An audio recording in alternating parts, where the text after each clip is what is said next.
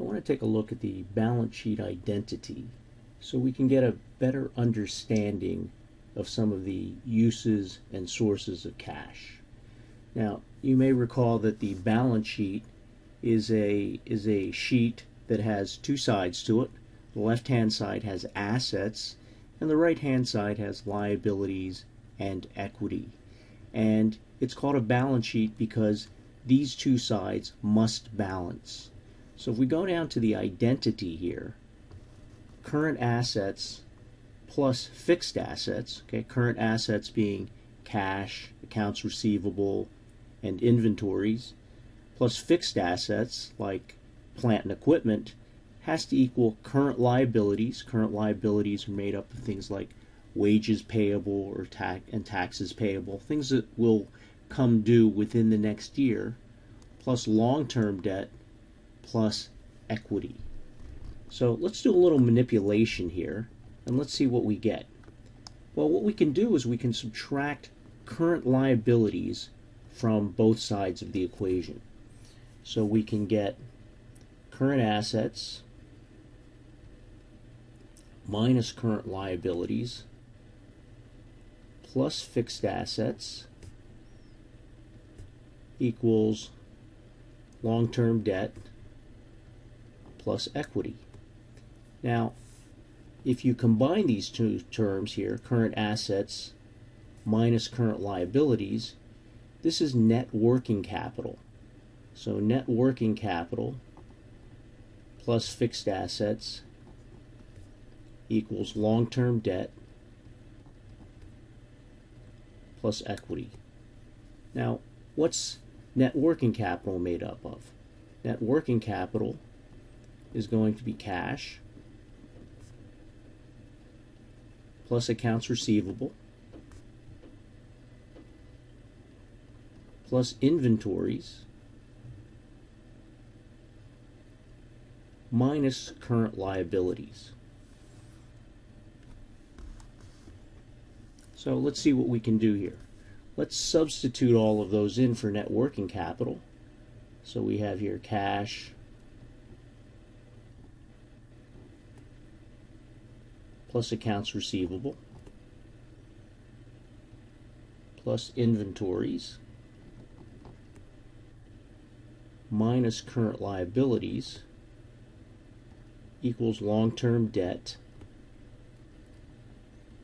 plus equity. And what we're interested in doing in this case is solving for cash. So let's solve for what cash equals. So cash is going to be equal to long-term debt plus equity. Okay, to get rid of current liabilities, we have to add that to both sides of the equation. So let's say plus current liabilities minus accounts receivable and minus inventory. So why did we do that? We did that to get an understanding of what causes cash to change. If you increase the amount of long-term debt, you increase the amount of cash. So let's write this down here. Activities that increase cash.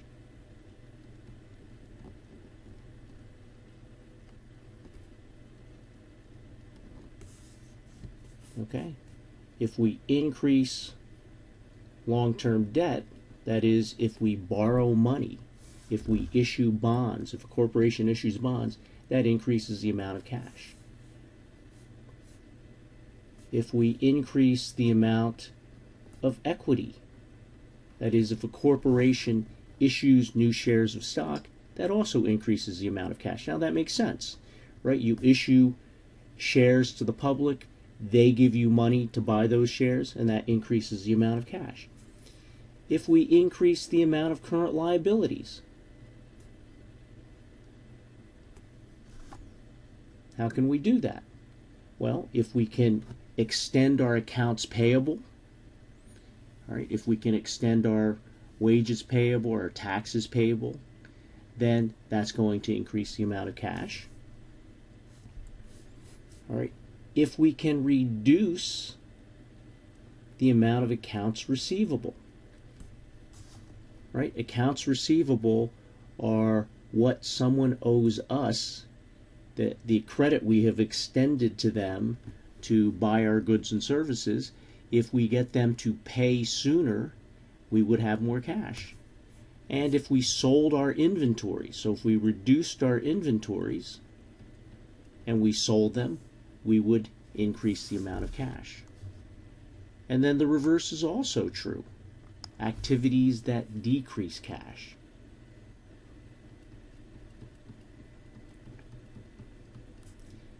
Okay? Anything that, if we do the opposite of what increased cash, then naturally we're going to decrease cash.